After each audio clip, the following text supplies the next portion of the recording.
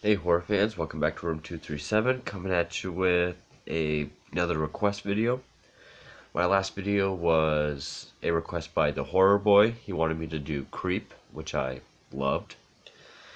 And he also wanted me to do Creep 2, which I just got done watching. Both are on Netflix. Now, I I really loved Creep. I thought it was an excellent movie. It's going to be hard to review this one without getting into spoilers. So I'm actually going to have to go into spoilers right off the bat. So I'm going to say I didn't like it as much, but it was still a very well made film. So I highly recommend both. So if you're interested in seeing Creep, do not watch this review until you have seen the first one, because it's going to spoil the first one. So definitely go see Creep. So that said, Creep 2 I also enjoyed. There were some elements of it, obviously, with a film like Creep. It's one of those gradual things. Like, you learn about the villain or the killer as the movie goes on. Once the movie ends, you know about him, so it's kind of hard to build tension in a sequel. But with this, they went a completely different route.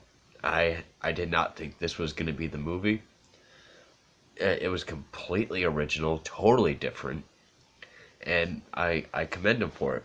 It was once again directed by Patrick Brice, who was the director of the first film. He also played Aaron in the first film. Mark Duplass returns to play the main character. It was also written again by Duplass and Brice. And again, it is produced by Jason Blum. But I still enjoyed it. It was released in 2017. And apparently a sequel to this is coming out. The plot to this one, because of how the last one ended with him, we hear him on the phone hiring another person to come and film him. With this, the film opens up with an Indian fellow. I think his name is David. He opens up a package that, it's a stuffed wolf cub, but there's a camera in it. So that's how we get the film. He doesn't know there's a camera in it. And he gets a DVD that says "Watch Me." Someone filming his house.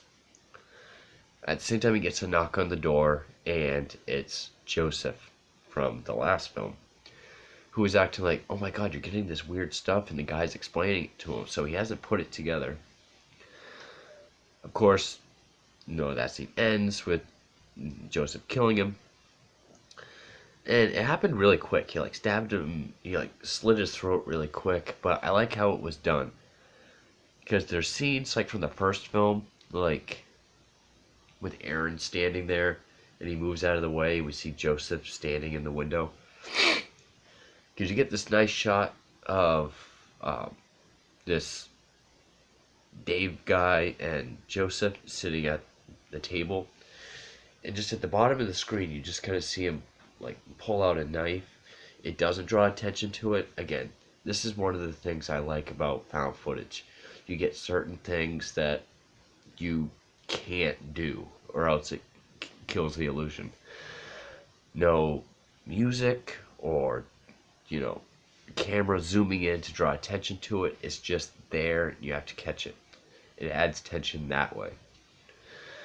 And he slits his throat, and it happened really quick. I couldn't tell if it was CGI or practical, but it was done well enough. So then we meet our main character, Sarah, played by a Desiree Akavon, who, what else was she in?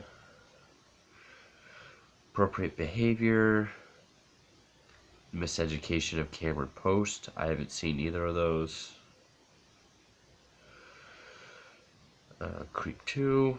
television, Girls, Flowers, The Bisexual. I haven't seen any of her stuff. But anyway, she has this web series called Encounters, which is about her answering personal ads and sort of spending time with these people. Like, one guy just wants someone to talk to, another guy, wants to be treated like a baby. And it's kind of like an exploitation, not exploitation in the context of like grindhouse films, but like exploitive, like something you see in like TLC, like My Crazy Obsession or something.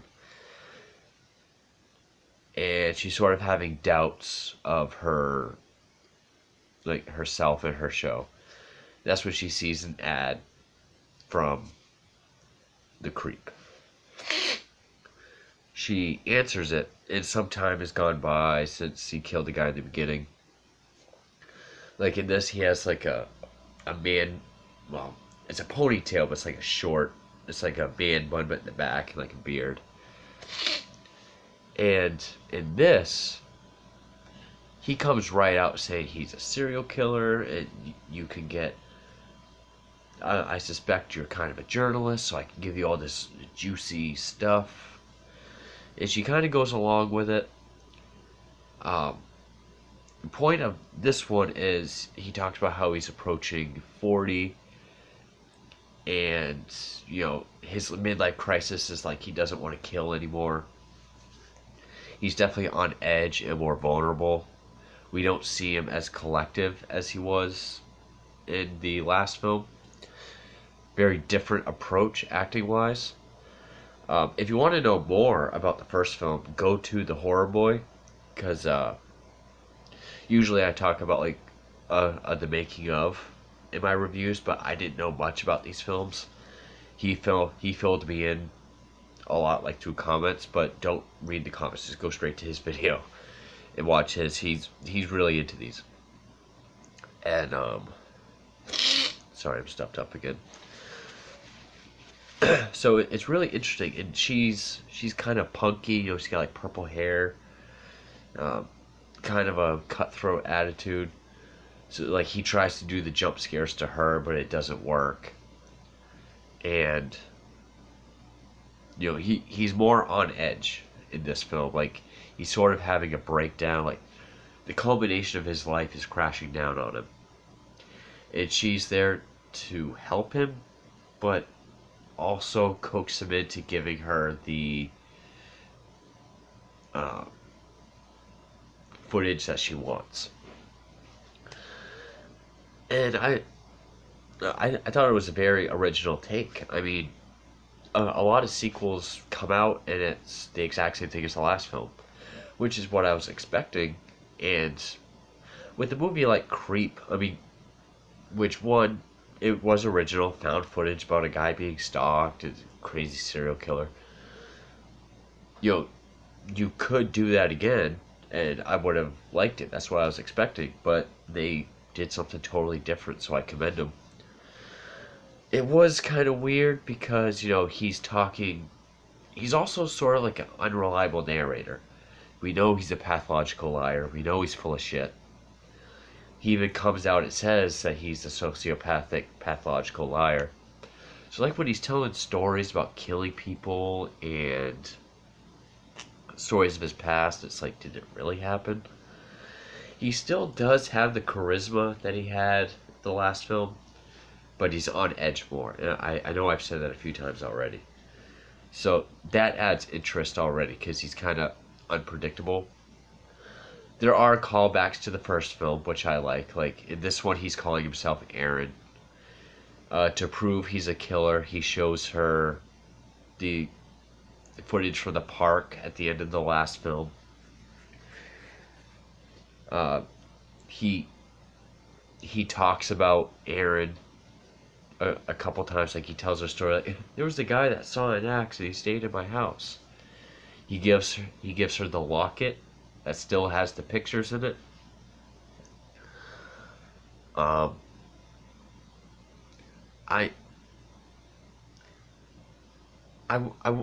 still enjoyed it, I did like it because, the acting performances, which I guess in the first film was mostly improv, which gave it that natural feel, that raw natural feel, is still very much present in this film. But I would say I liked the plot of the last film much more. You know, not knowing much about this guy, like, the fact he gets more creepy as it goes on, then finding out he is, like, a killer. And in this, it's all out of the table. There's even this weird part where he talks about, there's like a barrier between genders. If we're gonna go down this road, I want you to see me naked. And full frontal nudity for like a few minutes. Like, of dick and balls out right in the middle of the screen for a while. And then she does it. And I thought that was kind of a weird scene. I guess it's to show his weird thinking patterns. And then, like, the first interview is like he's getting really aggravated, has like a tantrum because the setting isn't right, and there's a plane, and there's a bird that keeps chirping. He has a tantrum. So yeah, he's definitely coming more unhinged. And it gets to the point where he even wants her to kill him. It's like he's tired of killing, he doesn't want to live anymore. Why not have someone else kill me? Like, he wants her to chop off his head with an axe while wearing the peach fuzz mask. She doesn't want to do that. Then he goes to hang himself, and she has to help him. Find out it's all bullshit. He confesses he's not a killer. So it's much slower. Like, the actual horror stuff is pushed more towards the back end, like the very last part of the film, where he pretty much says he's never felt like this connection with someone, and he like stabs himself a bunch of times. Then he wants her to, and then they can die in this grave together like Romeo and Juliet. He says he dug the grave before she got there, actually not knowing who the grave was going to be for, him or her. But you get the great scene where he's like, he chases her down and stabs her, drags her into the grave, and then he climbs out and he gives this monologue, and she climbs out behind him, gets him with the shovel. I was like, okay. It's still got some unpredictable moments.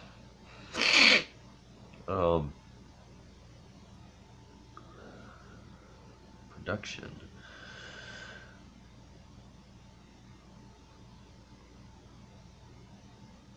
I guess they're gonna stop at 3 and just make it a creep trilogy. This film actually has a 100% on Rotten Tomatoes. I wouldn't quite agree with that. It does deserve a high rating. I wouldn't put it over the first one. I still love the first one very much. A lot more. It's not to say this film's bad, because it's not. It's definitely more of a character study. I think it's more of a comedic vibe, or like a surreal vibe. It ends, me describing that and knowing there was a sequel, watching this, I was like, well, what the hell is the sequel going to be? And sometime later, it shows her walking through the city and getting on the bus, and she's filmed by someone from behind who's whistling the same tune that he whistles, or at least he did in the beginning. So I guess he's still alive, which kind of makes me wonder what kind of state she left him in.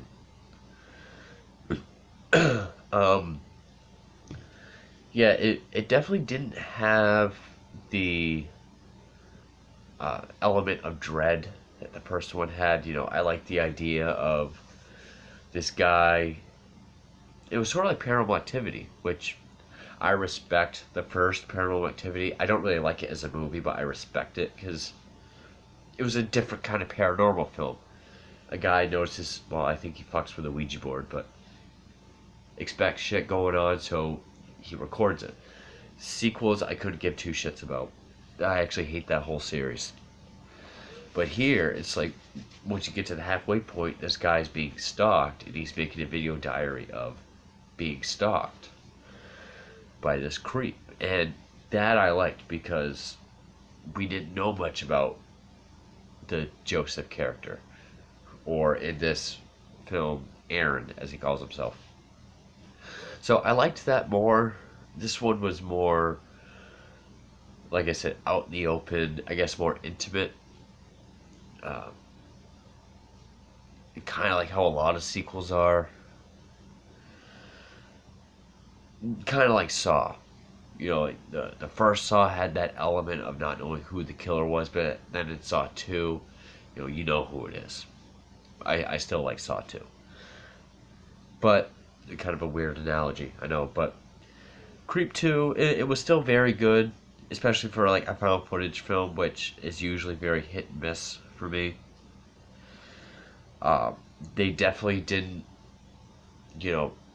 puss out and just redo the first one, which I would have liked. I would have liked to see how they handled it differently, but same scenario. I actually might have even preferred that. But I gotta give credit where credit's due. They did do something totally original, totally out of left field, and they did make it work. It's not like it didn't make sense or it felt weird. I still really enjoyed it. So once again, thank you, HorrorBoy, for this suggesting / requesting. Like him and I talked about, it's a shame that movies like this, especially the first one, goes under the radar and stays in the independent films, while shit like Annabelle 27 comes out, or The Bye Bye Man, or Truth or Dare, Curse of La Llorona, The Boy, just crap like that comes out. Ouija, Unfriended, shit like that comes out all the time, and great ones like this, especially the first Creep, just goes unseen. And I do blame studios and audiences for that. Not to sound pretentious, but I talked about audiences in my last review. But yeah, Creep, I loved. It was great. I mean, probably the best horror film of the 2010s. And that's a bold statement. And Creep 2 was serviceable. I still enjoyed it. It was a worthy sequel. But yeah, so and still go check out HorrorBoy's account while we still have YouTube, because of FTC and COPPA. Probably going to make a video of my thoughts on that tomorrow. But Creep 2, I enjoyed it, and thank you for watching.